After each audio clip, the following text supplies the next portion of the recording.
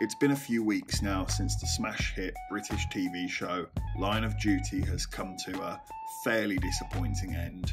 Years of teasing and waiting and fans investigating from their own couches, the concluding episode's final revelation of who the big baddie was proved to be underwhelming to say the least, leaving Game of Thrones fans with a told you so look on their face. First time. However, I will not be coming at this review from the angered fan perspective. I did not watch Line of Duty week to week when it was on television. You sicken me. After being burnt by shows like Game of Thrones, I've learned I don't watch them live and get invested and potentially get myself hurt by these shows. Well, everybody Come on, Wade, use words. So all 6 seasons of Line of Duty for me have been condensed down into the space of 2 weeks really. And yeah, that's a lot of one thing to cram into a short period of time. It did start getting a little bit like Clockwork Orange towards the end. Stop it, please, I beg you! And it's with this video that I hope to look back at all 6 seasons of Line of Duty and fully explore where the show was a success and where it potentially failed. So, if you're feeling a little bit what the fuck just happened, then I'm your guy. There's going to be spoilers ahead, so watch out if you are not up to date with the show. Let's begin with Season 1. Season 1 is very much an introductory act of Line of Duty. We meet the main character's DS Arnott, who sees the corruption firsthand, bringing him into a new position at AC-12 Anti-Corruption. It's here that he fully meets Kate Fleming, his undercover colleague, and the boss behind it all, the legendary Ted Hastings. Like the battle. To be brief on Season 1, it simply follows the story of Tony Gates, played by Lenny James, who's believed to be one of the best cops available to the precinct. However, looking a little deeper at his record, he's very much linked to criminal activity, and he is perhaps in a little bit deeper than he can manage. Ultimately, I enjoyed Season 1. I think it's a really good introductory act. The characters are interesting, you want to spend time with them, and the story is mostly enjoyable and intriguing. Season 2 follows the story of Lindsay Denton, played by Keely Hawes. What annoyed me about Season 2 is that the story beats are very, very similar to Season 1. Once again, it's a morally ambiguous police officer who's involved in a potential affair, and you're constantly guessing what side of the law this officer lies on. But I will give it some credit. I thought Keely Hawes and the character of Lindsay Denton is one of the strongest characters in Line of Duty. I've just spent 1.5 years of my life in prison. I've lost everything. My home, my job, my whole future. Maybe now you've got a taste of what it's like to know that you're innocent and yet still have your whole life destroyed. She plays the character perfectly. You don't know where you stand with her. One minute you like her and you trust her, and the next minute she is going to stab you in the back, but probably for a good reason, and you're just left trying to figure out why. Season 3 introduces the character of Danny Waldron, a firearms officer who hunts down the molesters of his childhood. This for me was the strongest series of all. The story was gripping, fascinating, original, the acting was brilliant, the writing was clever and gripping. This felt fresh and innovative, and it rode the line of darkness brilliantly. This is, for me, the best season. And of course, I can't help but mention Dot's epic Urgent Exit. What a brilliant ending to a season.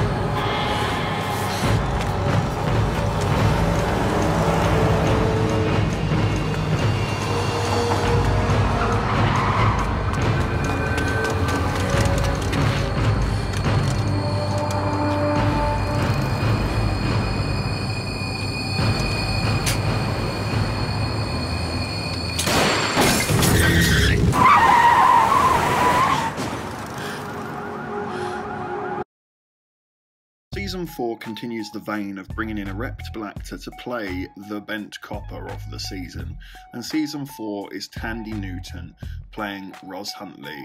I don't think she'll mind me saying, a complete bitch that you love to hate. That's nothing at all against Tandy Newton, if anything is a compliment. She plays the character so well that you genuinely hate somebody that doesn't even exist. This isn't my favourite season. I do think it's good, but I found a lot of the plot threads to be very convoluted and unnecessarily complicated at times. But it is still a good season. Season 5 introduces Stephen Graham as John Corbett, an undercover officer embedded inside of the organised crime groups who's in far over his head, committing crimes left, right and centre just to keep his cover intact. This was a fascinating series, however, I do think they had a couple of missteps in their decisions. Towards the end, I wasn't anywhere near as invested in the show as I was towards the beginning of that series. Still enjoyable, but for me it's one of the weaker ones. Mother of God. Brings us to the final series, number 6. Immediately, having watched this in a condensed space, I could just feel something was wrong, straight out the gates.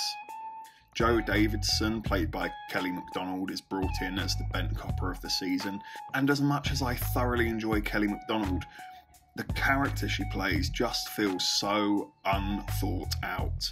Every part of her personality seems to be decided on a coin toss at times.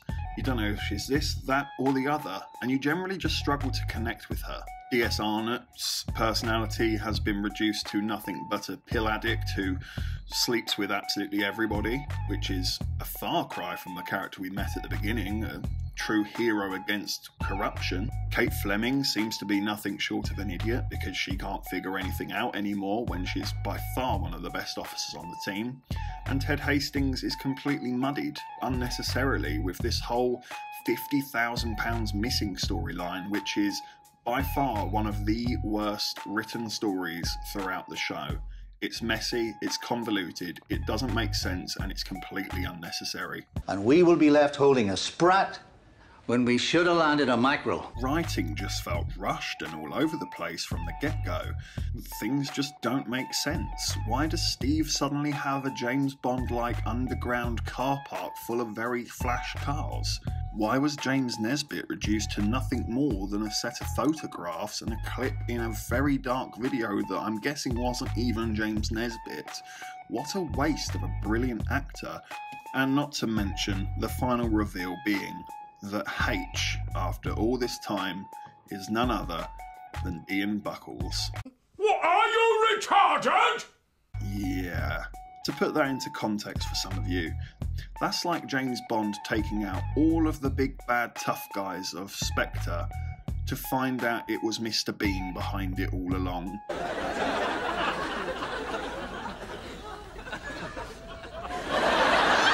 It doesn't make sense, and because I watched this with that knowledge in mind from the get-go, yes, I'd be lying if I said that there wasn't clues to suggest it was Buckles.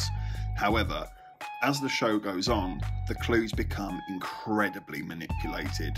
The clues that would lead you towards Buckles are barely clues at all. That's exactly why you never, ever predicted it would be him, because they're not really clues. However, other characters who you would assume to be H do have all of the clues there and they're put right in front of your face. This isn't your stupidity, this is manipulation. We're detectives too, you know, in case you hadn't noticed. The reason I think this has happened is because the storyline of H, for me, is clearly not one they had in mind for the long run. The fact that when Doc Cotton does get shot, and he's giving his dying declaration, when it originally happens, his hand is off scene. You do not see him give the 4 dots. That tells me it was never planned. It was just yet another cliffhanger that they would work off when they got round to it. And that isn't good enough for storytelling like this. You do need to know the game plan. I'm calm. I'm totally bloody calm. It was doctored in at a later date. And it's dumb as hell. Who gets shot in the head and immediately thinks, I know, I'll communicate in Morse code. Have you never heard of potentially motor neuron damage from being shot in the head, or even spasms from shock? I find that incredibly hard to believe that that was the message that Doc Cotton was giving. And I think that is some of the worst writing in the show. They ran with something that they didn't have figured out, and eventually it just became a pole vault too high. The idea of H became bigger than the actual person himself. That can only ever end in tears. To take a slight sidestep, the movie Seven does something similar, but with one tiny piece of dialogue that I think is perfect. You know, this isn't gonna have a happy ending. It's not possible. Hey, man, we catch him, I'll be happy enough. If we catch John Doe, and he turns out to be the devil, I mean, if he's Satan himself, that might live up to our expectations, but he's not the devil. He's just a man. Because Morgan Freeman says he's just a guy, they tell the audience to level their expectations, and they do this so that they can blow those expectations and leave you happy by the end. Line of Duty did the opposite. They built and built and built and built with every single episode that the ending was impossible to land. No matter who they chose, people would have been disappointed. But the fact that they chose Buckles almost feels like a middle finger to their own audience. And not only that, I think the show is hugely disappointing in its finale. The baddies win, and the good guys are done. It doesn't look like this is going to continue. It seems pretty nigh on impossible for this to continue, at least with the characters in the position they are now. However, I do have a small piece of fan fiction that I have come up with off my own back. It's not fully fleshed out, it's not mind-bending, but it's just an idea of where I would take things if I was in charge. If you don't care for it, then by all means you can leave at this point, but hear me out. I believe the show should restart about maybe 5 or 6 years later into the future. We should follow Carmichael and how she's running pretty much corruption paradise with AC-12 out the way. Carmichael is definitely corrupt. The clues towards her corruption were more than clues. They were confirmations. She's had promotion after promotion despite having error after error. Many a fan believed that she was H initially because of her spelling of the word definitely. Although I think that whole storyline is also flimsy as hell because there's words I can't spell, but it doesn't mean that I'm a bloody Pablo Escobar, does it? Never mind. And while Carmichael is running this big corrupt organisation from within, I believe the audience should be led to believe that she is in fact H, and that Buckles was nothing more than a go-between. However, sticking to the law of cliffhangers in this show, I believe it should be Osborn, the highest of the high, who should be finally revealed to be Carmichael's boss, and H. Throughout the show from season 1, Osborn has sat on this throne of seemingly untouchability. He's a character that you absolutely hate, and he'd be perfect for the position of H. And it makes a whole lot more sense than Buckles. I believe we should follow Chloe. She was a good character from the first few seasons, and I grew attached to her. And I believe Chloe could, investigate from the inside. However, without anti-corruption actually being there, she's almost going to have to be a wolf in sheep's clothing, if you will. Perhaps she could go back and interview the old team of AC-12, see where Steve Arnott is with his life. What about Kate? Does she get back with her child and her ex-husband now? What about Ted Hastings? Has he just drifted off into the sunset? I think these are all avenues that could be explored, and Chloe would need their help in uncovering the truth of who H really is. It does sound a little bit like Enemy of the State, I do recognise that, but I do think it's a good way to pick this up, brush it down, and give it the ending that it actually deserves, because ultimately this is a good show and there's no reason for this to have had the appalling ending that it did. Thanks for watching this video. If you could leave a like, comment and subscribe, let me know what you thought of the show. What was your favourite parts? What were your least favourite parts? Did you like the ending? And I look forward to seeing you on the next one.